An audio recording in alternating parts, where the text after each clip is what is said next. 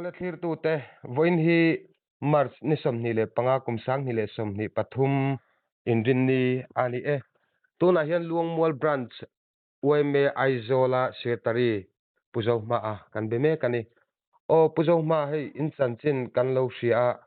vo in chanulam khan ruang chhar in nei le ti te kan lo donga khonga in daring zat vel bor ange in chhar in chhar dan te kha min han sil them le nia dar khat vel khan ni ven chang dar khat vel mo o chu khu lampang L section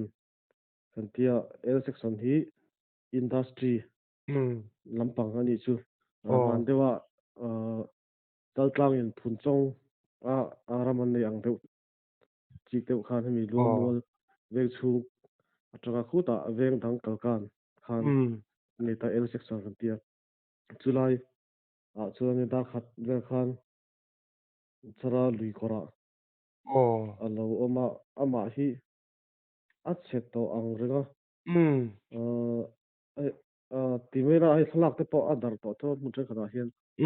an soi menga alu vun tli awm tawh lova alu ruh ang khan ni deuh mai tawh tin a kawt chhung te pawh hi a awm mumal tawh lova lo chhe viau tawh ni tichuan kan branch atang khan kuang te nen khan tlangval te khan tlan thlang hala chuan police te nen an buai puia tichuan tul te an ti zawh hnuah kuang nen rawn la chhawi neta lungmual police outpost ah tih fel ngai te an ti fel leh lawka tichuan civil hospital mithi dahna tunah hian dah mek a chhung te hi hriat an nih lo chuan riangvai te thlan maw lamah in thlah liam mai chu kan ti deuha tuna hian ama in ani na khan la confirm lo tina ni mo a ruang bulah hian ipte pui a awma ipte pui hi ipte pui ni turah chuan kan ngai ngawta chuan ipte pui chhuangah hian damdawina en tirna lehkha a awma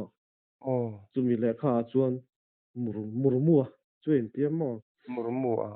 namdang ane chu mase ipte pui kha a ipte pui ni ngei lovem tih kha a hriat theih tawh bik lova mase a ruang bula lo awmani wang khan a ipte pui ni turah chuan a ngei thei a tanga puzo ma OPD ka ta khanin address kha inzialan om takani alange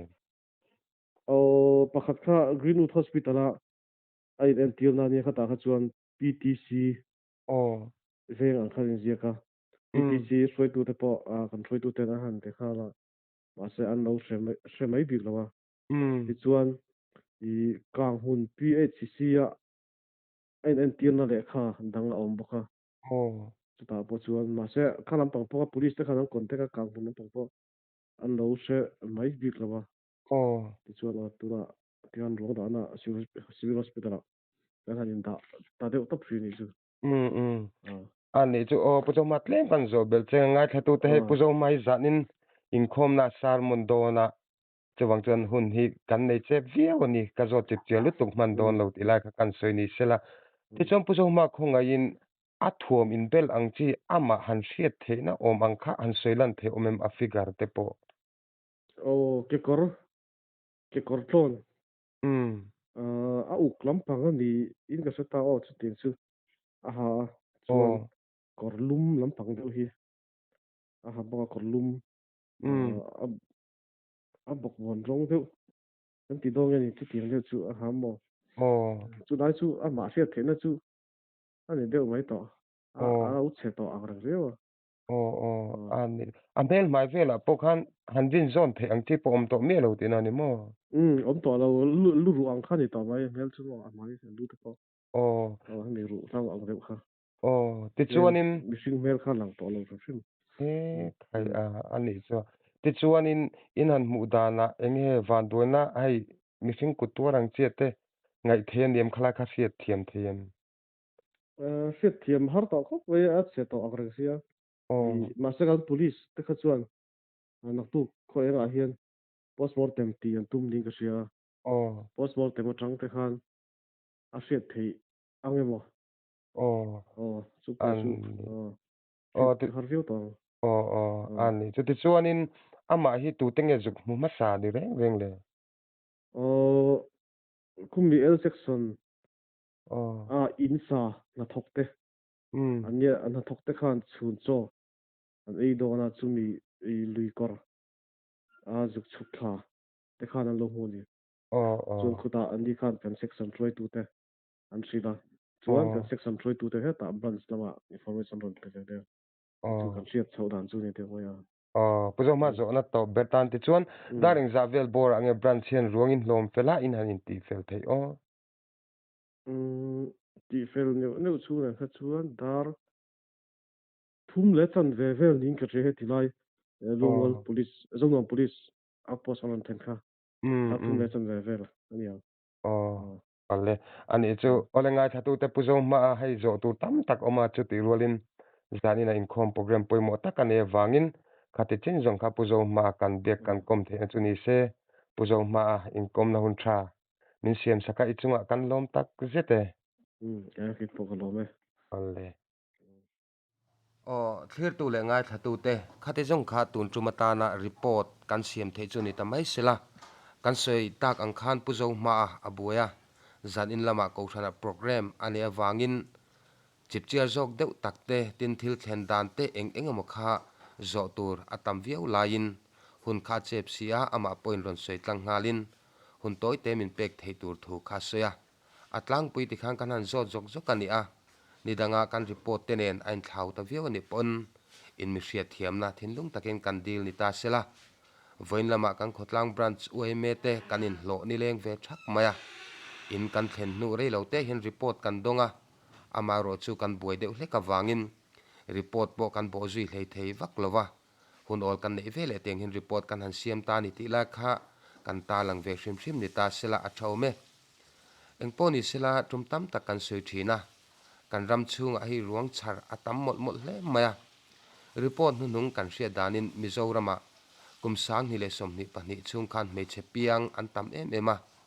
mi pa piang kan tlem jok le chuti lain mi pa boral kan sang filor le lak maya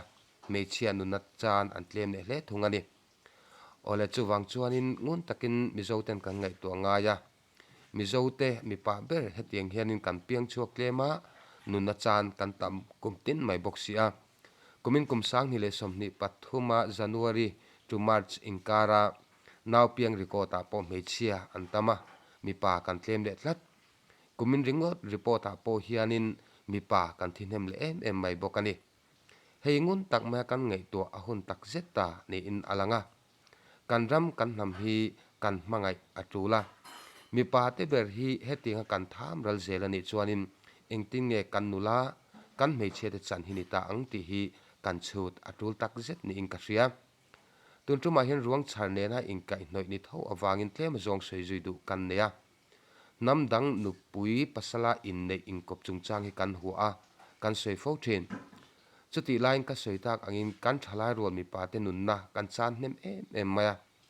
heng nun na chan tam tak te hi rui hlo le akai hnoya wanga nun na chan te an ni a report atam em maya chuwang chuanin mizo thalai abik takin mi pa te kan thang har atul tak zet zetani tunlai khovela zu ten kan thalai rol te min runa number 4 heroine in nasa takin min runa ni tinin heroine number 4 man result te report te hriatur om cham chi maya alung chiat thlakani chung kan thalai rol te min suata mi pa te kan tlu zoi zoi kan hek tak zet chuwang chuan mi pa te hi hetiang in kan thi zoi zoi kara le rui hlovina mi pa po ni tlak mu mal lo chung ko tan po chen fak om lo van tlang khotlang tana mi noksaka min chhuwa chho mek la hian kan mei che te chan hi kan ngai to rul namdang kan neya namdang nupi pasalan poma kan ngeya kan hua kan diriam em la hian keini mi zo tlang wal te hi kan mei che te tan run mun len pui tur atan le fanau mal tluan choya ko pue dam chung ni te chiar tun pue tan hin kan tlak tak me vem ti hi kan in chu ta tul kan mei chia kan nula kan ti te hianin nun thiang lim taka nun te mi zo tlang wal nge hi pasala pom du ve bok ma sila heng kan nula te hian rui hlo zuna uai ringot pasal an du bik lova heroine number 4 te dam do chi sang edik te hi pasala pom an du bik lo zungol ve pasala pom an du bik lovani ti hi kan ria ta tul chu wang chuan he tinga kan mei che te nam dang kopuya nei te dem ngot lo hian keima ani kan in pi chen a hun ve ta hle ma kan mei che te tan hen enge kan ni kan mei che te tan hen pom tlak kan ni em ti hi kan in chu ta tul chu wang chuanin nam dang nupui pasala nei te kan hua dan tur dik tak chu kan nuna kan ti lan tur ani a chumi kan ti lan dan tu le kan ti re theina dan om poimo em mai chu mi pa te nei tlakin kan nula te ta na in nga na tlak nun dik tak mai le nun ngel nget in nga na tlak hi kan nei tur ani chumi tur chong kan in zir tur ani kan tumani phot chuan sual kong hi a pen san thea rui lo hi ati lo thea asim theiti hi tu point kan chiang vek chu wang chuanin kan zoram siam thatur hian mi pa te kan poimo lutuka kan ram himna tura tan te namdangina min chim ral na lakata hum him tu tura tan hian mi pa kan poimo lutuk tlat chu wang chuan kan mei chia ten mi zo tlangwal a te pasal atana pom tur chungchanga an hai chama mi zo tlangwal te chu in nga na tlak lo anga min mu ma nge hianin kan nun diklo te in siam tha ila van tlang le khotlang ta na mi tangkai mi hlu zok kan ni thena turin milak tlak lo wa min chu fo thin tu rui hlo le akai noi hi I do nga mila I honga mangu